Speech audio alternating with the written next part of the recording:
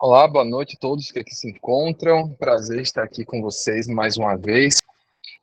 Como já falado, meu nome é Roberto, sou professor de matemática da UFBA, estou atualmente como coordenador da UBMEP na nossa região e eu vou tentar compartilhar aqui com vocês a minha tela para que a gente possa iniciar a nossa, a nossa apresentação, em que a gente vai tentar falar sobre alguns temas relacionados com a UBMEP e a estrutura das provas da UBMEP. Gostaria de confirmar se vocês conseguem ver minha tela e me escutar adequadamente. Todos conseguem me ver, me escutar, ou ver a minha tela, melhor dizendo, né? Bom, eu imagino que esteja tudo ok. Vamos tentar prosseguir para a nossa apresentação. O objetivo da nossa apresentação hoje seria falar sobre a estrutura das provas da OBMEP e aprofundar um diálogo que a gente já iniciou há um tempo atrás com os professores da rede estadual. A gente falou no dia 14 de março com vocês e a gente gostaria de aprofundar, né, como a Patrícia já citou, aprofundar esse diálogo, ouvir vocês e também, quem sabe, passar algumas ferramentas para que vocês tenham mais prática com as questões de Olimpíada de Matemática.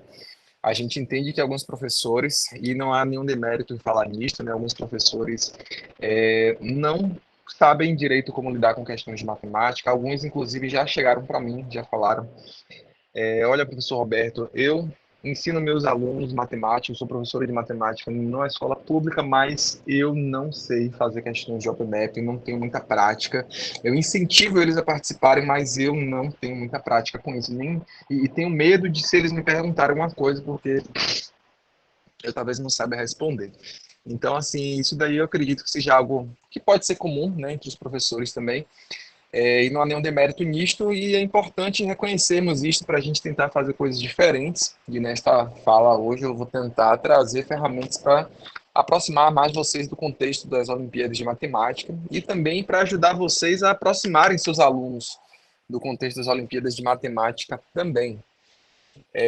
Antes de tudo, eu gostaria de deixar claro aqui para vocês que a gente entende, a gente tem consciência dos problemas, que são muitos, né? Se a gente for parar para citar, a gente vai ver que tem muitos problemas que a gente pode listar aqui, a gente ficaria falando por muitas horas sobre várias situações. Dentre as várias situações, a gente sabe que a realidade em sala de aula muitas vezes é difícil, a gente sabe que muitas vezes os conteúdos que a gente planeja dar em um ano letivo a gente não consegue dar todo o conteúdo, então aquele conteúdo fica mais para o final, acaba sendo sacrificado por uma série de razões. E também por isto, e por isso e por outros fatores, né? Muitos alunos, eles chegam num dado ano letivo sem o aprendizado devido que seria esperado daquele ano letivo, né? Então a pessoa chega com várias lacunas de aprendizado, as habilidades de matemática que essa pessoa tem é de séries anteriores. E aí, num contexto desse, como falar de provas de Olimpíada de Matemática e por aí vai. Então, são desafios, a gente tem consciência, pessoal, de que são muitos os problemas, em especial no pessoal que lida com a educação de jovens e adultos, que é um contexto mais desafiador ainda. Mas a gente também tem consciência de que a gente, a gente tenta fazer a nossa parte, né? Nós, professores, somos sonhadores, somos idealistas às vezes, né? E a gente quer acreditar no melhor para os nossos alunos e ajudar a fazer algo melhor para o cenário que está na nossa frente, né? Como se fosse aquela fábula do passarinho que tenta trazer um pouquinho de água para apagar o incêndio da floresta, né? Ele está fazendo a parte dele e aqui nós estamos também buscando fazer a nossa parte hoje, conversando sobre o que diz respeito às Olimpíadas de Matemática, né? Outra coisa que é importante frisar, né? A gente sabe que tem alunos que têm muita dificuldade, mas tem alunos também que não têm tanta dificuldade assim. A gente tem um público muito heterogêneo, né, nas nossas salas, nas nossas escolas. Então, pode ser que tenham pessoas que tenham um potencial a mais do que outras, né? Que estejam mais bem preparadas do que outras. E falando em preparo, né, a gente lembra daquela questão das Olimpíadas. Eu gosto sempre de citar esse exemplo quando a gente compara com os Jogos Olímpicos tradicionais. Quando você pensa na Olimpíada tradicional, as pessoas têm que se preparar para fazer isso. Caso contrário, elas não vão ter um desempenho satisfatório, né? Então, as pessoas que querem competir numa dada modalidade, no atletismo, em natação, seja lá o que for, cara, se ela não treina constantemente, toda semana tá ali praticando, quando ela chegar numa competição, ou ela não vai para a competição, não vai ser nem indicada para a competição, ou se ela for, ela bem possivelmente não vai ter um resultado esperado, né, um resultado adequado. E na matemática não é diferente, pessoal. A gente acredita que o treinamento é fundamental, o treinamento é muito importante para a gente conseguir aí trazer para os nossos alunos uma oportunidade de resultados melhores em Olimpíadas. E eu acredito que não é impossível aí essa meta de melhorar os resultados, né? A gente entende que tem alguns colégios, alguns já conversaram comigo, né, algumas vezes, alguns professores disseram, professor Roberto, na minha escola a gente comemora quando tem gente classificada para a segunda fase da OBMEP. Às vezes a pessoa nem recebeu uma premiação, nem recebeu uma menção honrosa, nem nada, mas ela foi classificada para a segunda fase. Isso é motivo de comemoração para eles, né?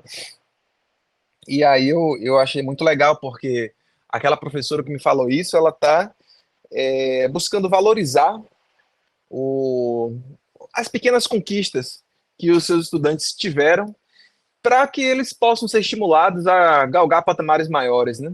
E melhorar os seus resultados. Eu acho que isso é fundamental. O psicológico dos nossos estudantes, a motivação deles desempenha um papel fundamental também na hora deles encararem uma competição, uma prova, né, como a OBMEP.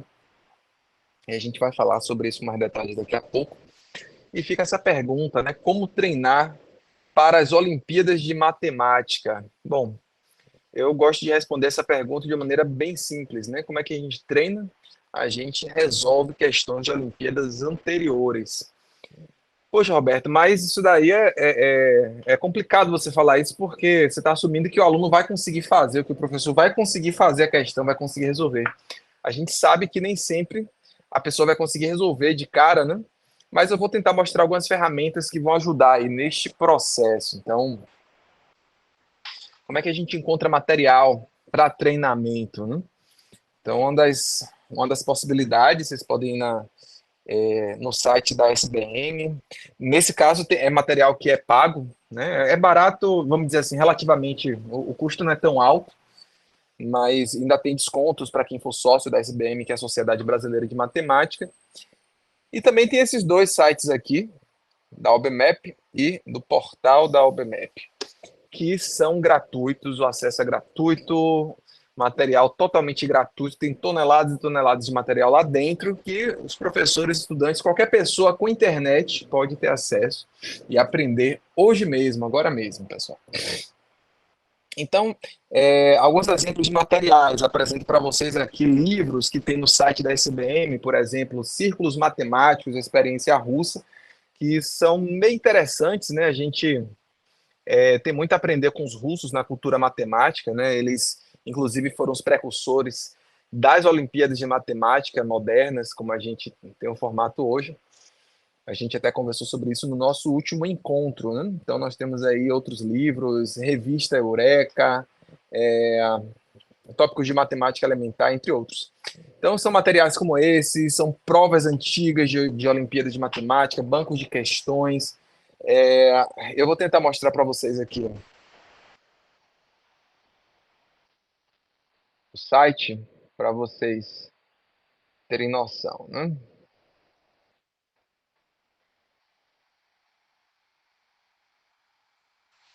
Então, aqui nós temos o site da SBM, Sociedade Brasileira de Matemática. Temos aí um exemplo de livro que é interessante para quem quer aprender mais sobre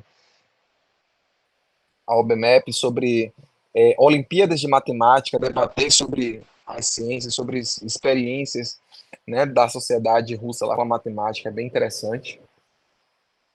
Temos outros livros também, quem quiser, tiver curiosidade de ver, recomendo que vocês tentem ver. Né? Geralmente os preços não são tão ruins, tão caros. Né? Para quem se associa a SBM, a pessoa tem desconto. E temos também o site da OBMEP, pessoal. O site da OBMEP, vocês estão vendo aqui, obmep.org.br. Nós temos um menu horizontal aqui no meio da tela, e onde a gente tem aqui material didático. Eu vou clicar aqui, vocês veem que tem provas e soluções, bancos de questões, apostilas, tem muito material. Eu vou clicar em provas e soluções para vocês verem, né? E aqui nesta seção vocês podem observar que temos todas as provas da OBMEP disponíveis desde o seu início, desde 2005, que foi a primeira edição. E aí, se a gente clicar aqui nesse link, nesse ícone, a gente tem acesso às provas de primeira e segunda fase e de todos os anos seguintes também. E o interessante, pessoal, é que nós temos aí as provas e também as soluções das provas. Então, as pessoas não têm conhecimento disto, esse tipo de coisa acontece e está disponível para todo o público, né?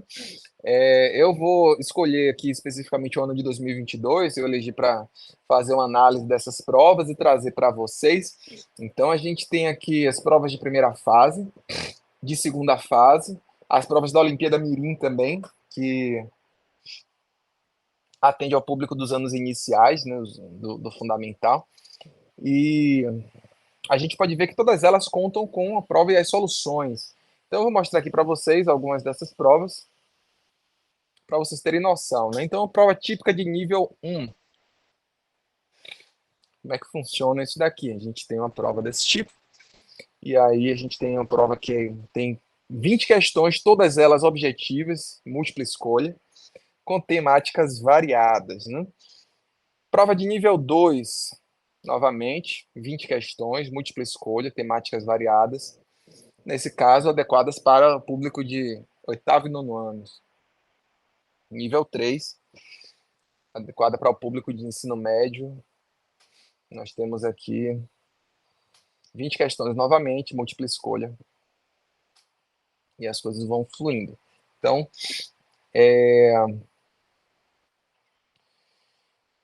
a gente pode ver também provas de segunda fase. Vou mostrar aqui para vocês uma prova de segunda fase típica da OBMEP. Então, nós temos, nesse caso, 6 questões. Eu mostrei aqui uma prova de nível 1, tá? 6 questões.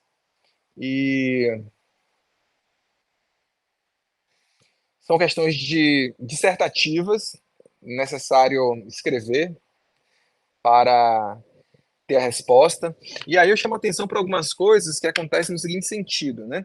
No ano passado, por exemplo, eu realizei treinamentos com vários alunos da rede pública e em conversa com eles, né, eu tentei mostrar para eles como é que funcionava a prova e foi muito interessante porque muitos deles não sabiam o que esperar dessa prova, eles não tinham esperança de conseguir passar.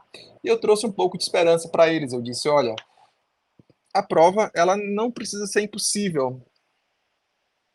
Uma prova típica de primeira fase é desse jeito, uma prova típica de segunda fase é desse jeito. E eles começaram a perguntar: poxa, professor, mas eu vou poder demorar quanto tempo? Eu vou poder responder de que forma? Aí a gente começou a falar das provas de segunda fase. E aí eu disse para eles: olha, as provas você tem aqui 6 questões, cada questão às vezes tem itens A, B, C, D. E pedi para eles fazerem algumas questões, né? E aí, por exemplo, na primeira eles travaram e disseram assim: poxa, não vou conseguir fazer isso daqui. Aí, quando eu fui conversar com eles, eles disseram: não estou conseguindo fazer o item C nem o item D. Mas os 2 primeiros itens eles conseguiram fazer e desistiram de escrever a questão por conta disso. Então, às vezes, eles acabariam perdendo um pouco de pontuação por conta desse tipo de coisa, né? Eles não. Eles desistiriam da questão, né? Por algo emocional, por algo psicológico. E eu disse: olha, responde os itens A e B, que você vai ter alguma pontuação. E mais ainda, eles algumas vezes eles botavam sua resposta final. Nesse tipo de prova de segunda fase, não adianta botar a resposta final apenas. E inclusive se a pessoa bota a sua resposta final, ela tem uma certa pontuação. Se ela bota justificativa, ela pode ganhar mais pontos. Então, assim, são dicas, são detalhes que vão ajudando os alunos a se sentirem mais confortáveis com as provas das Olimpíadas e ter mais vontade de se preparar também para esse tipo de prova, né? E, às vezes, um detalhe como esse pode ser a diferença entre a pessoa conseguir uma pontuação a mais ou a menos, né? E aí a pessoa vai fazendo um pontinho daqui, um pontinho dali, ela consegue, de repente, gerar uma menção honrosa, gerar uma pontuação diferenciada que ela nunca tinha conseguido antes. E assim a gente vai evoluindo e trazendo aí esse diferencial para os nossos estudantes, né? Então, pessoal, com isso eu quero trazer para vocês que é importante aí esse incentivo, né, essa conversa, esse diálogo com os estudantes também, assim como estamos tendo o diálogo aqui com vocês. E trago uma pergunta para vocês. Questões de Olimpíadas de Matemática são difíceis? Algumas pessoas já têm a resposta pronta para isso. Elas dizem, sim, são difíceis, não quero conta com esse tipo de questão, Deus me livre. E, bom, eu tenho outra resposta, né, para isso. A minha resposta é depende. Depende do preparo das pessoas que vão estar fazendo a prova, depende do nível da competição, né? Depende de uma série de fatores. Então, além do preparo dos alunos, que é um fator evidente, o nível de competição também influencia. Então, se a gente olhar para uma prova como. Eu vou colocar aqui algumas Olimpíadas que temos na Bahia, o acesso, que seria a OMEBA, a OBMEP e a OBM. Então, nós temos aqui as provas da OBM são muito mais difíceis, elas têm um nível muito mais alto. A pessoa, para fazer uma prova na OBM, ela tem que estar muito bem preparada em matemática. E, diferentemente da OBMEP, em que o nível de preparo é menor, a exigência de matemática aqui é menor. Né? O nível da OMEBA, que é a Olimpíada de Matemática do Estado da Bahia, tende a ser parecido com o nível da OBMEP, sendo que tem até uma vantagem, né? No caso da OMEBA, os estudantes eles vão competir com a quantidade menor de pessoas. Na OBMEP, é competição a nível nacional, em geral, eles competem com um bocado de gente. A OBMEP está tentando instituir também a competição estadual, mas a OMEBA, a gente tem uma competição com uma quantidade menor de estudantes, né? Isso pode ser uma vantagem para os estudantes que estão buscando aí por um reconhecimento, por uma medalha, porque eles vão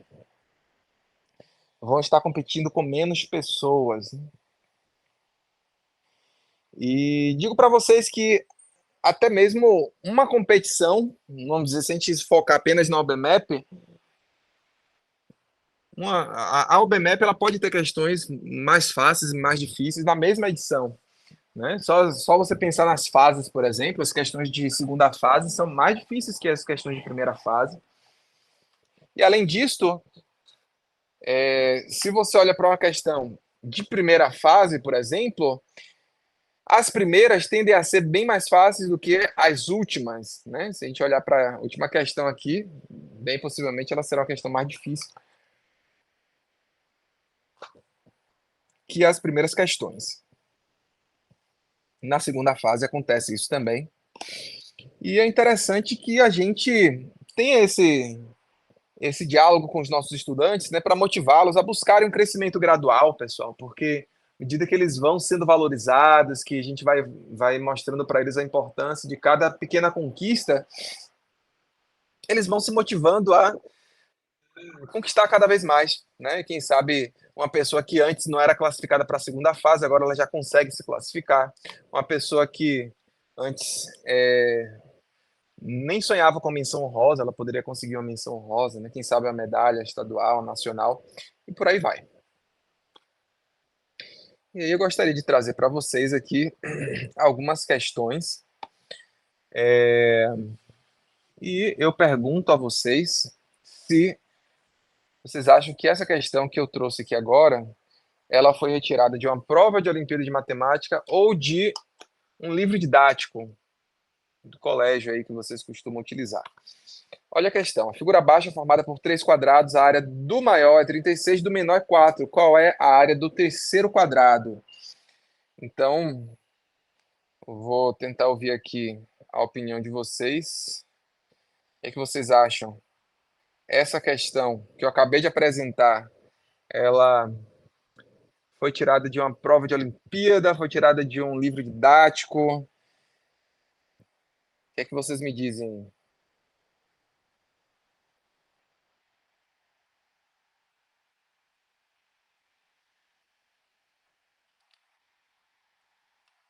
O nosso colega aí, Roberto, acredita que tenha sido uma questão de livro didático. Alguém tem mais opiniões sobre isso?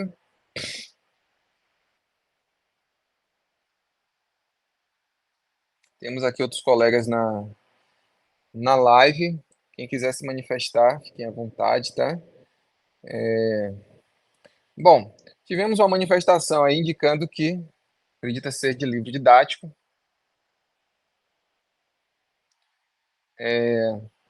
Essa outra questão, se a gente for olhar aqui, olha o texto dela. Pelo centro do quadrado da figura 1, traçam-se duas retas perpendiculares que dividem esse quadrado em quatro quadriláteros iguais. Esses quadriláteros são rearranjados em outro quadrado maior, como mostrado na figura 2.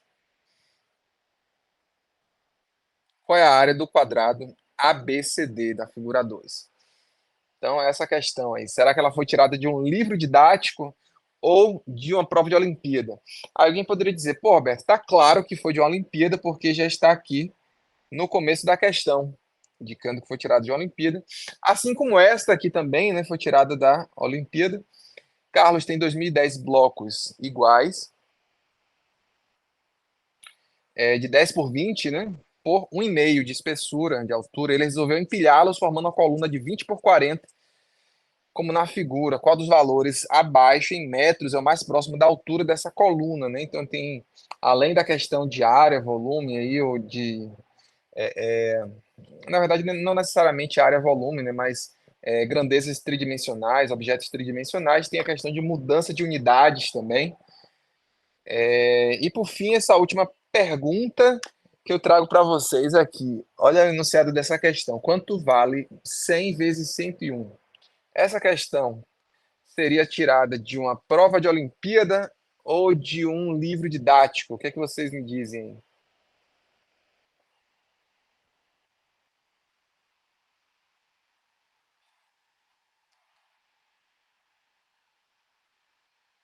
Aí o colega já acredita que seria de Olimpíada. A pergunta: quanto vale 100 vezes 101? Bom, não sei quanto a vocês. Eu, particularmente, se eu visse essa questão sem nenhum contexto, eu acreditaria que seria de um livro didático, não de uma Olimpíada, né? Essa daqui. É uma pergunta bastante trivial. Essas daqui, claramente, são de Olimpíadas, e essa daqui parece ser de um livro didático também. Por incrível que pareça, na verdade, isso daqui é uma questão de OBMAP, pessoal. Primeira fase, nível 1. Isso daqui é uma questão de OBMAP também, só que está num livro didático que vocês costumam utilizar na rede, certo? No caso aqui para o oitavo ano. Essa outra para o sexto ano é uma questão de Olimpíada, mas está no livro didático. E essa daqui, pessoal, também é uma questão de OBMAP, pessoal. É uma questão que está na primeira fase da OBMAP. Vou mostrar aqui para vocês.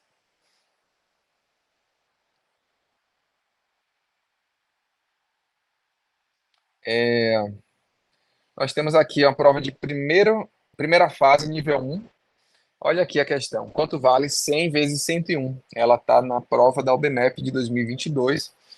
A outra questão dos quadrados, áreas, está aqui também na prova da OBMAP. Questão 5.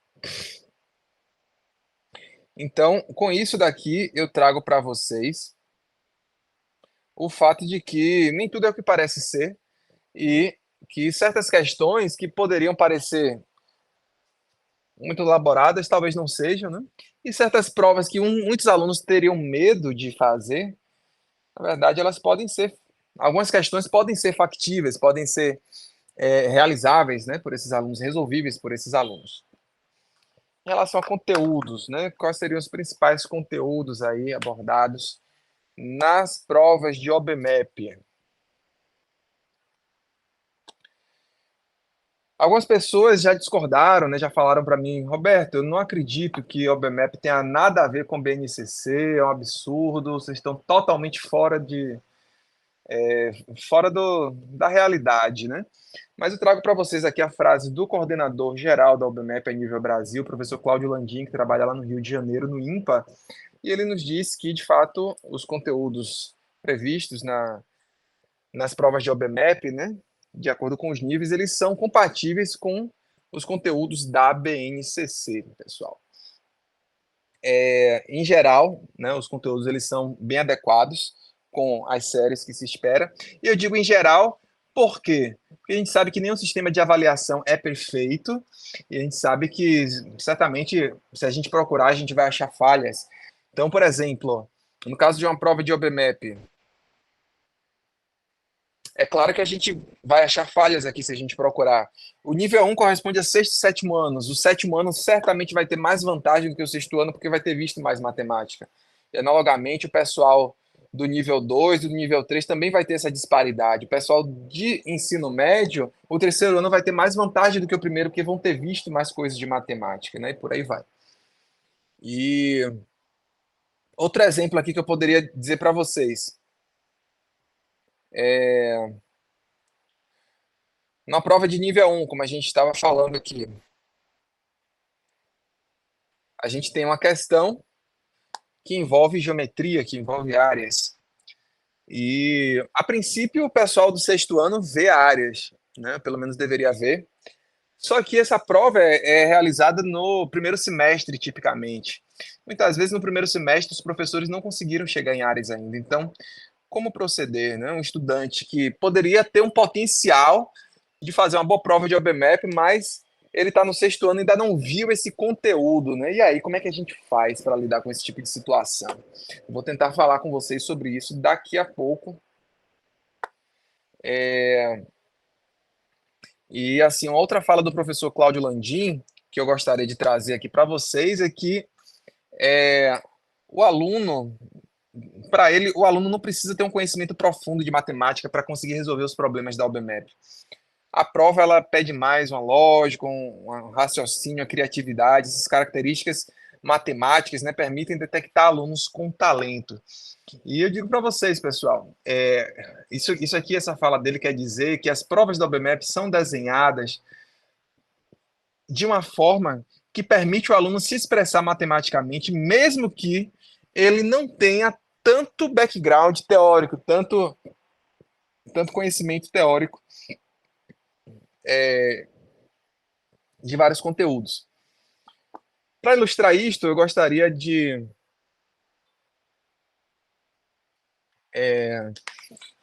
trazer para vocês algumas questões e analisar como eu imaginaria que um estudante mais jovem, mais inexperiente, lidaria com essa questão e como um estudante mais experiente lidaria, né?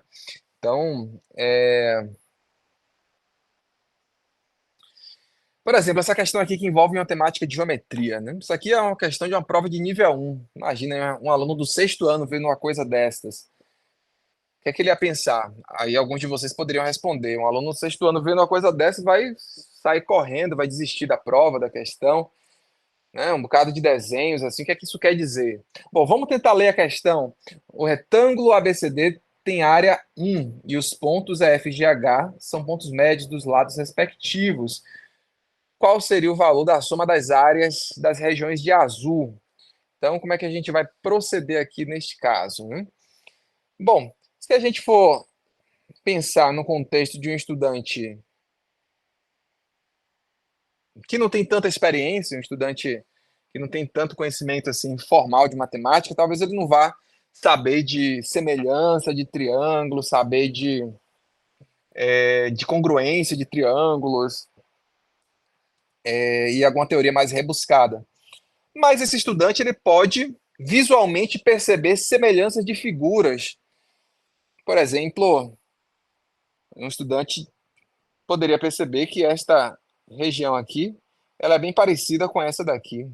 Ela teria a mesma área, mesmo formato e, portanto, a mesma área. Então, com o conhecimento rudimentar de área, o estudante poderia concluir que essas duas figuras, por terem o mesmo formato, o mesmo tamanho, elas têm a mesma área, né? Analogamente, essa daqui vai ter a mesma área dessa daqui. Então, com isso, o estudante poderia o quê? Agregar as duas figuras de azul que estavam lá no lado esquerdo para formar um triângulo só, que eu estou pintando aqui agora. Ora, esse triângulo que eu acabei de pintar, ele fica muito parecido com esse outro triângulo aqui que eu estou pintando. E mais ainda, ele parece ter a metade do tamanho desse daqui, já que a gente tem uma certa simetria, a gente poderia ter esse triângulo e esse outro aqui. Então, assim, é razoável acreditar que essa parte aqui de azul valha a quarta parte da área do retângulo, né? E aí a gente teria que a área procurada do triângulo seria 1 dividido por 4. Item C. Um estudante mais experiente, quem sabe, ele não iria por aí. Ele iria tentar fazer uma outra coisa, né? Ele iria possivelmente pensar em fórmulas. Beleza, esse estudante ele iria fazer essa equivalência de áreas aqui, ia trazer todo mundo para esse lado. E ele poderia tentar calcular a área desse triângulo aqui, ó. Então, se a gente chamar isso daqui de A e isso daqui, essa altura de B, a gente sabe que A vezes B é a área do retângulo, que vale 1, e a área do triângulo em questão aqui, esse triângulo aqui, como é que seria a área dele? Seria o B, que é a base, vezes esse tamanho aqui, que é a altura do triângulo. Como é o ponto médio, isso aqui vai valer A sobre 2, e a área do triângulo vai valer o quê? Vai valer base vezes a altura do triângulo sobre 2, o que vai nos dar B vezes A sobre 4. Ora, isso, B vezes A igual a 1, então isso aqui vai nos dar 1 quarto. E aí, novamente, a gente tem a resposta procurada. Então, eu mostrei para vocês aí duas abordagens de resposta para esse tipo de questão, que são dois pensamentos aí que alunos com diferentes níveis de aprendizado poderiam ter, né? Analisemos agora esta outra questão. A questão diz o seguinte: uma cidadã escreveu um número em cada um dos círculos vazios da figura, de modo que a soma dos 4 números escritos nos círculos vazios ficou igual à soma dos 3 números horizontais e também igual à soma dos 3 números verticais. Qual é a soma dos 4 números que essa moça aí escreveu? Então, se a gente estiver lidando com um estudante que tem menos habilidade, tem menos perspicácia na matemática, como é que seria aí esse tipo de análise, né? Então, uma coisa que o estudante poderia pensar é o seguinte, ó, vai somar isso com isso, com isso e com isso daqui. O resultado da soma dá igual a esses três somados também. Ora, se a gente olha para isso daqui, a gente percebe que essa coisa aqui está em comum com os 4 primeiros que foram somados. Então, isso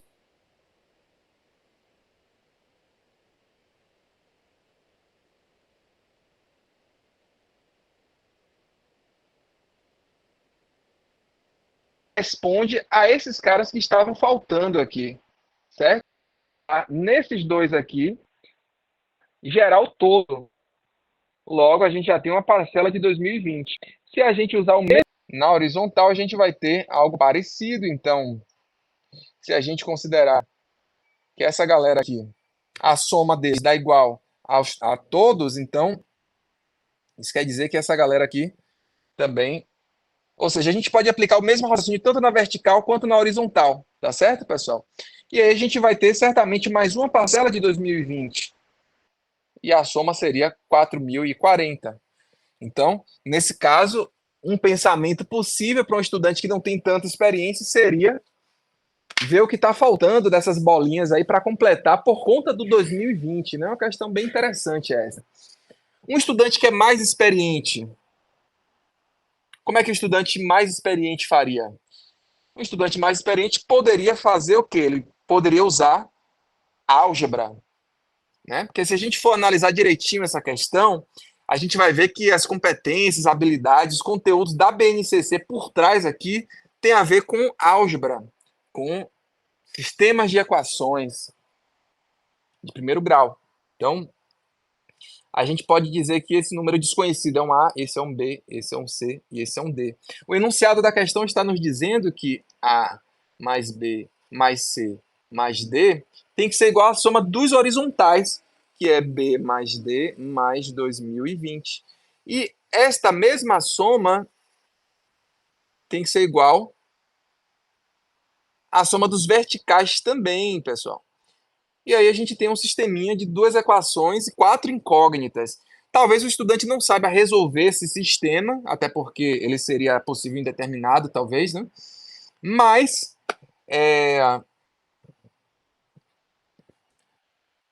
usando uma ideia de soma de equações ou subtração de equações, sei lá, o estudante pode tentar achar o valor que se pede, porque não é pedido a solução do sistema, é pedido a soma dos quatro números A mais B mais C mais D. Então, somando as equações aqui, facilmente a gente percebe que isso daqui vai dar 2020 mais 2020, que é igual a 4040, e a resposta seria novamente encontrada, né? Então, esse tipo de resposta que eu acabei de dar aqui foi uma abordagem usando a álgebra, usando o sistema de equações, que seria esperado talvez de um estudante com mais maturidade, com mais experiência, né? E aí eu mostro para vocês aqui uma coisa interessante. Essa questão está no nível 1, pessoal. É a questão 18 do nível 1. Olha ela aqui. Mas ela também está no nível 2. E a gente vai ver aqui a questão 12 do nível 2, ou 15, sei lá. Aqui, 15, do nível 2, para estudantes de oitavo nono. E ela também está na prova de nível 3, questão 15 também, né? Aqui está. Então, esta é uma questão que perpassa os três níveis e que pode servir como um desafio para os três níveis, de formas distintas, porque cada estudante, com as competências e habilidades que ele tem naquele momento, ele vai poder expressar aí matematicamente o seu pensamento e achar a solução, talvez.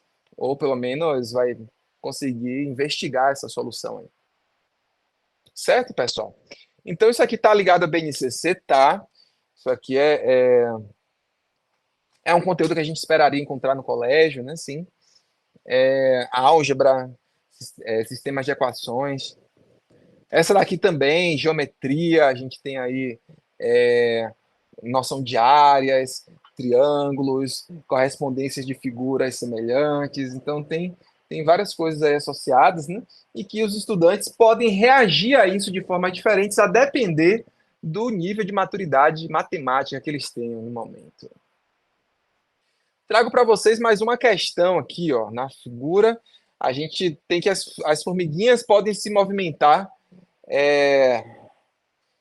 em qualquer direção, horizontal, vertical, diagonal.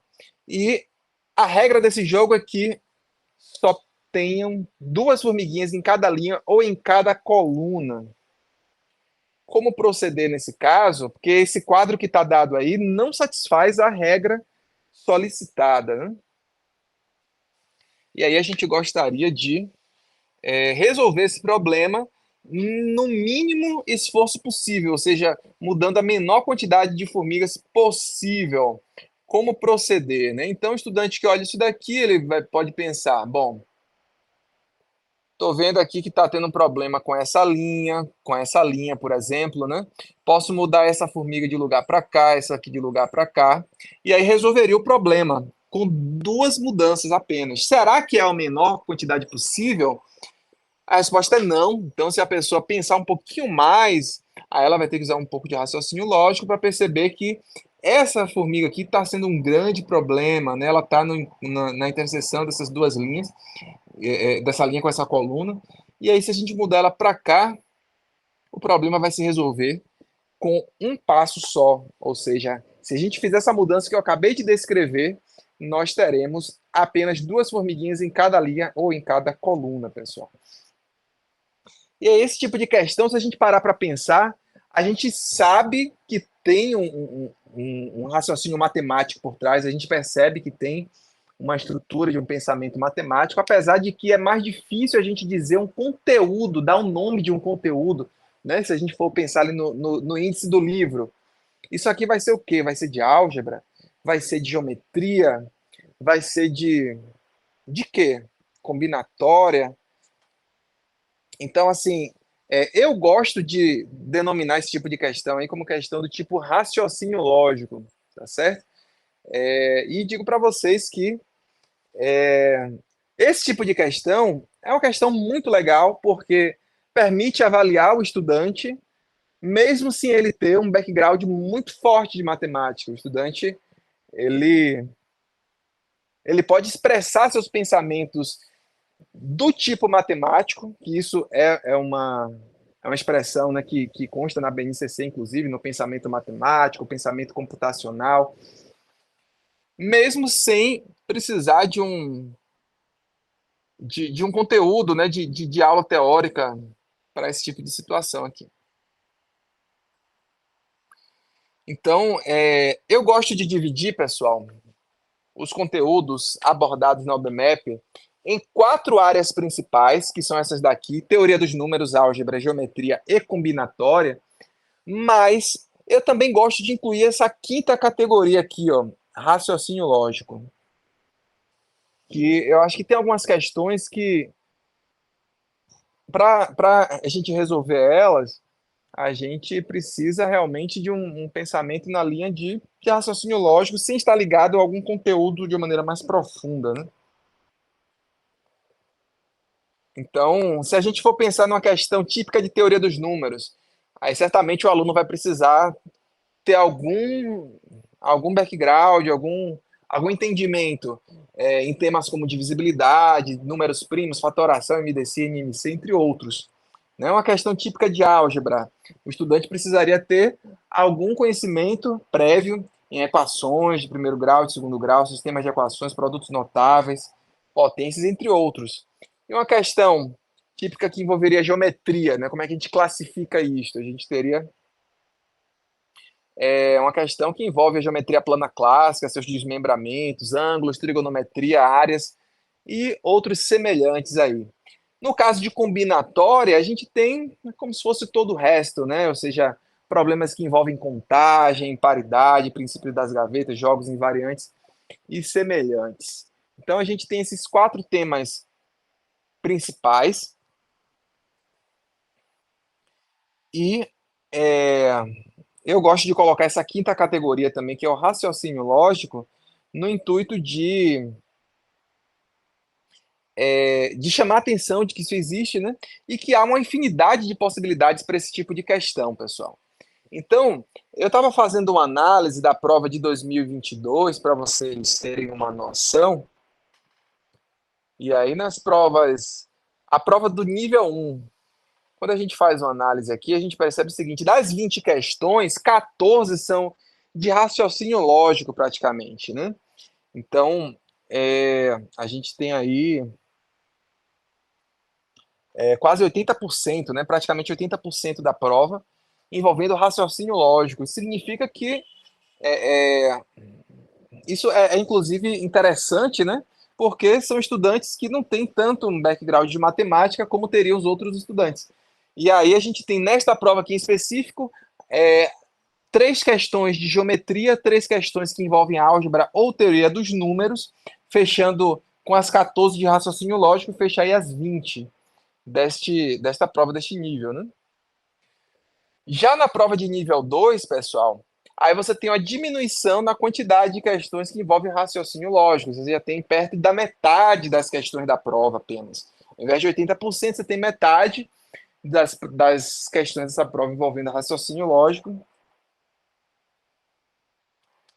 E você tem uma quantidade maior de questões envolvendo geometria, álgebra ou teoria dos números, né? Chama atenção especial que nesta prova você tem uma questão que pede do estudante algum conhecimento de análise combinatória, né? Isso é uma prova de nível 2. Na questão 17, por conta da natureza da questão, é pedida quantas são as possibilidades aí de tabuleiros com essa propriedade aí que eles são invariantes por rotação de 90 graus, né? Então, quando você pergunta por essas possibilidades, isso vai estar em função da posição dos quadradinhos pretos em relação aos brancos. Isso vai ter um pensamento de combinatória na jogada, né? Um princípio fundamental da contagem.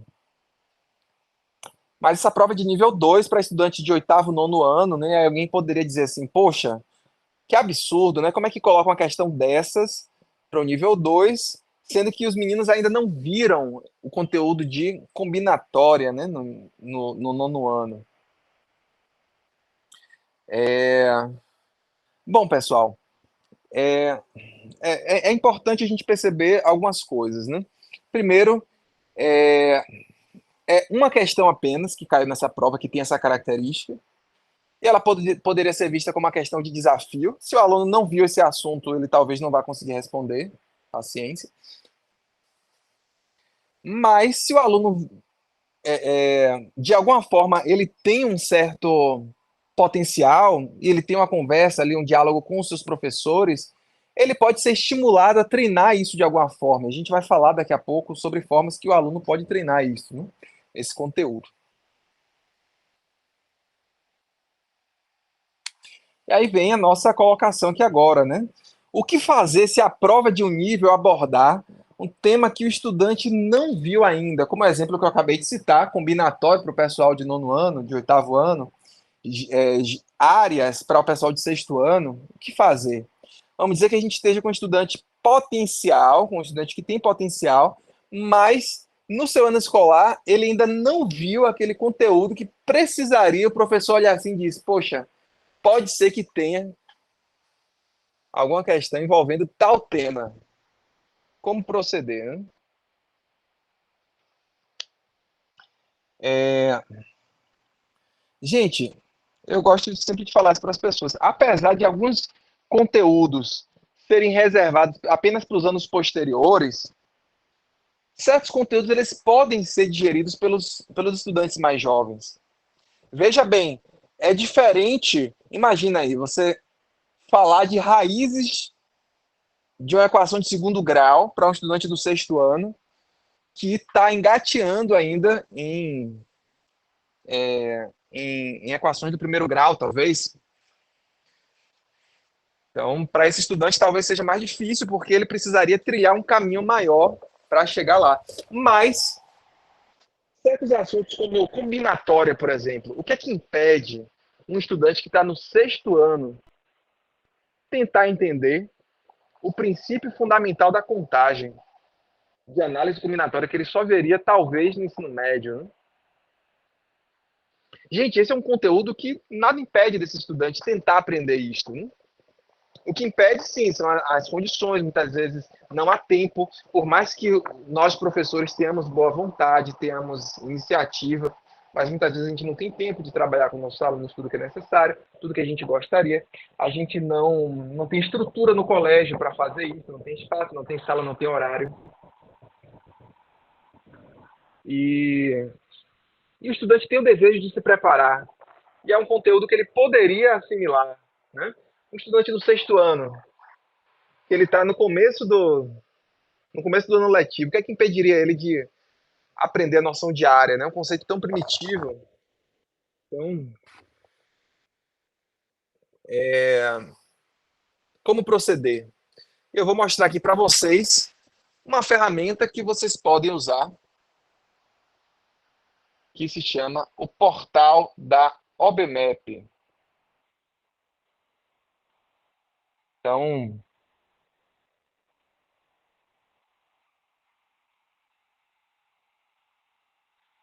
quando a gente está aqui no site da OBMEP, pessoal, se você olhar aqui no menu horizontal e clicar em programas e portais, você vai ver que tem vários links. Em particular, tem aqui, depois de coordenadores do PIG, tem portal da OBMEP. E aí, o que é que acontece aqui? A gente vai entrar nesse site, portaldobmep.impa.br, e nesse site a gente tem vários ícones aqui, portal da matemática, da física, quebra-cabeças de matemática da OBMEP, são coisas muito interessantes, mas a gente vai focar aqui na parte do portal da matemática. Cliquei e olha o que aparece. Vim estudar conosco, escolha o seu ano abaixo e veja os nossos materiais. Então, a depender do ano escolar que a pessoa está, ela pode selecionar e ver tanto aulas de teoria, pessoal, quanto aulas de exercícios associados aí aos conteúdos que se deseja. Então, vamos pensar, por exemplo, que a gente está com um estudante que está no sexto ano que não sabe ainda trabalhar com áreas e ele gostaria de resolver aquela questão que a gente colocou aqui, que envolve áreas. Como é que a gente pode fazer? A gente poderia indicar para esse estudante aprender na internet, no YouTube, em algum lugar, ou poderia indicar para ele vir aqui, ó. Cliquei na parte do sexto ano. Então, nós temos aqui vários conteúdos, números naturais de visibilidade, frações, primeiro contato, etc. Operações básicas, sistemas de medidas. Olha, está começando a aproximar. Vemos aqui unidade de medida de comprimento e de área. Então, aqui nós temos um tópico que pode ser útil para esses estudantes, né? Vou clicar aqui, vejo o módulo e olha o que acontece. Nós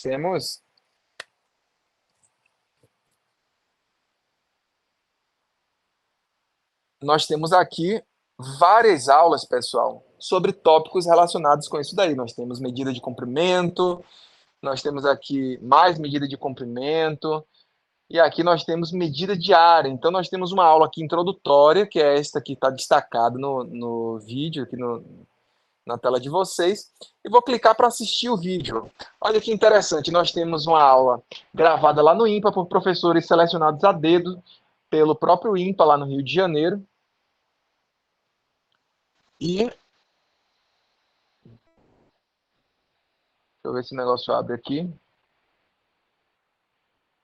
Área.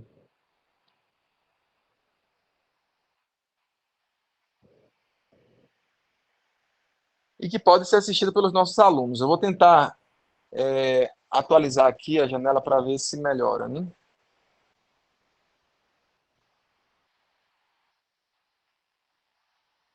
Para que vocês possam assistir também. Talvez a minha internet esteja prejudicando o acesso agora, mas quando a internet melhorar aqui, vocês vão ver que se trata de um vídeo curto, um vídeo de 10 minutos, e que o professor ele ensina os rudimentos das noções de área, fórmulas de área de quadrados, retângulos. Mais abaixo a gente tem áreas de outros tipos de figuras, né? Paralelogramos, triângulos. Então é uma coisa muito interessante. E aí eu chamo a atenção de vocês aqui para a coluna do lado direito, pessoal. Nós temos aqui, clicando, vídeo aula, tem 3, que são essas que estão aparecendo aqui, né? E o interessante, pessoal, é que o enfoque é um aprendizado teórico, sim, mas com enfoque em questões de OBMAP. Então, logo depois de ver esse conteúdo, o professor já vai trabalhando com questões de OBMAP, pessoal, para aplicar o conteúdo aprendido, né? Acho que não, minha internet deve estar um pouco fraca, não está abrindo agora. Mais tarde eu vou ver se eu consigo abrir de novo.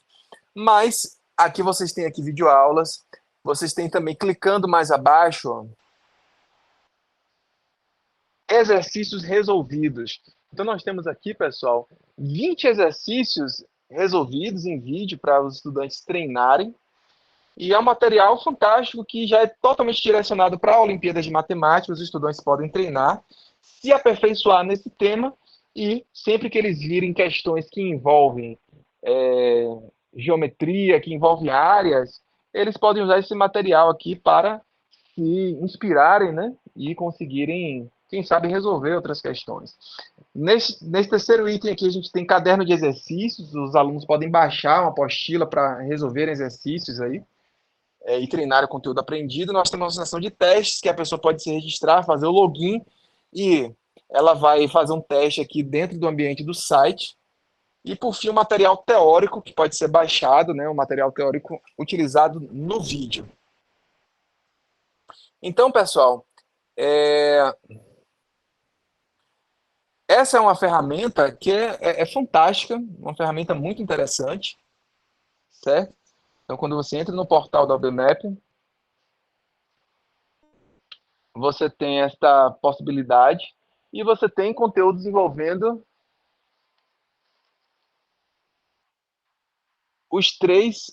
todos os anos do Fundamental 2 e do ensino médio, né? Então nós temos aqui parte do 7º ano do Fundamental, muito conteúdo, 8º ano do Fundamental, expressões, sistema de equações, 9º ano, as séries do ensino médio. Então, nós temos aqui, pessoal, primeiro, segundo ano do ensino médio, ó, primeiro, segundo, o terceiro ano do ensino médio, geometria analítica, matrizes, cônicas, várias informações interessantes, tópicos adicionais, introdução à lógica matemática. Isso serve não só para alunos, mas para os professores também da rede que querem se aperfeiçoar mais. Você que quer treinar um pouco mais sobre indução matemática, como lidar com isso, né? Então, você pode treinar com isso daqui. Os alunos também podem treinar, né? Por que um aluno não pode aprender indução matemática? Então, nós temos esse tipo de cenário aqui, certo? Desigualdade, teorema chinês dos restos, recorrência. São muitos temas interessantes aqui que os estudantes eles podem aproveitar. Problemas resolvidos aqui, problemas tópicos para professores. Então, assim, tópicos de cálculo, inclusive. Aritmética dos restos, né? Aritmética modular, que é um conteúdo que pode ser digerível também para estudantes mais jovens, mais inexperientes, sem problemas. Então, pessoal, esse portal aqui ele constitui uma ferramenta muito boa para os estudantes que vocês veem que eles querem aprender mais, eles precisam, eles poderiam, né, se dar bem, né, se dar melhor em prova de Olimpíada, mas eles não têm uma estrutura no colégio para treinar, não tem uma estrutura no colégio para tirar dúvidas de OBMAP, então isso daí pode ser utilizado muito, tanto por alunos quanto por professores. E eu finalizo minha fala aqui trazendo para vocês essa citação do Ron Grant, que ele diz: acreditamos que reconhecer pessoas comuns que realizaram atos extraordinários de bondade e serviço é a melhor maneira de promover esses valores e fazer com que todos que assistem pensem. Eu também poderia ser essa pessoa e eu poderia também fazer esse tipo de coisa, certo, pessoal? E que a gente reflita com isso para que a gente possa trazer essa realidade para os nossos estudantes e, quem sabe, conseguir levar eles a conseguir mais, a obter mais medalhas, mais premiações, a obter sua primeira medalha, sua primeira menção honrosa na OBMAP. E, e através disso eles se motivarem, melhorarem nos estudos, tanto em matemática quanto em outras áreas. Então, pessoal, as possibilidades são muito grandes. A gente entende que as dificuldades também são muito grandes. E a mensagem que eu tento passar para vocês é que a gente vá avançando de pouco em pouco e é que a gente consiga valorizar os pequenos avanços dos nossos estudantes e celebrar com eles para que eles se sintam motivados e continuem buscando este avanço. Um prazer estar aqui falando com vocês e passo a palavra para vocês, para as perguntas, comentários e para a Patrícia. Colegas, aproveitem que a hora é agora, em relação a essa explanação maravilhosa do professor Roberto. Senão a gente fecha a nossa C, ok?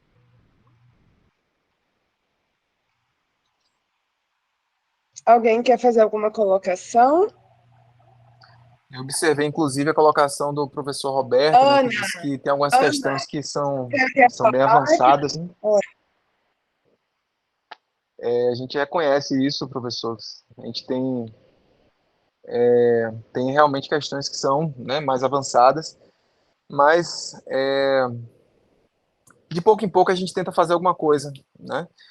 Talvez os alunos do nono ano ainda não estejam no nível 2 realmente, né, mas quem sabe eles consigam fazer alguma prova do nível 1 para começar, né, só para treinar. Isso ó, e motivando eles a, quem sabe, galgar algum patamar maior depois. Temos a fala da Ana também. Eu não sei se ela queria falar e estava fechado.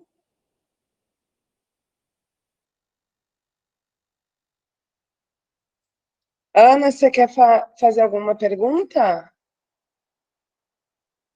Não?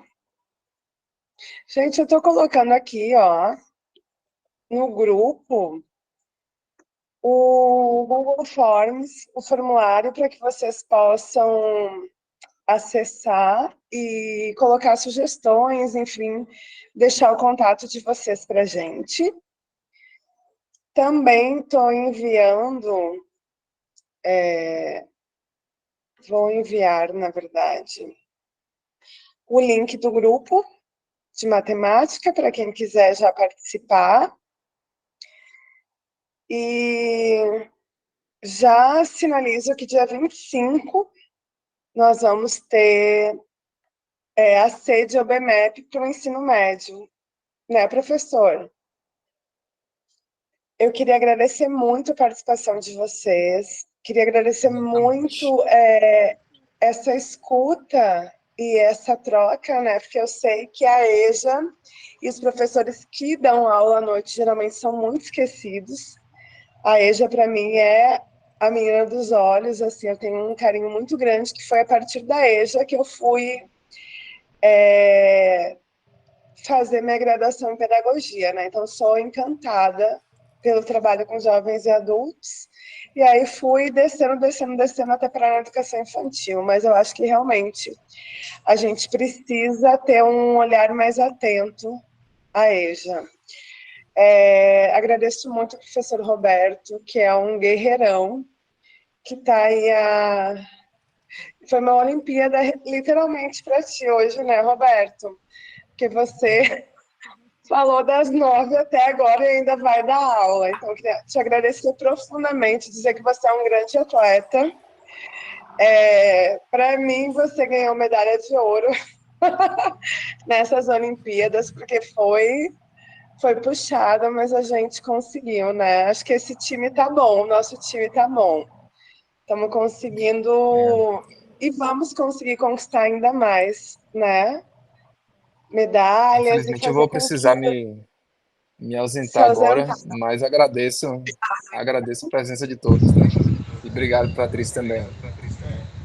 Obrigada, professora. Agradeço que já fecha a nossa reunião.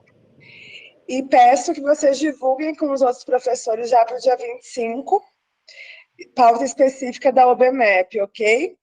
E no dia 18, a gente também vai ter uma AC com as exatas, que aí é mais pensando nas questões de práticas pedagógicas, ok? Gente, um abraço grande para vocês.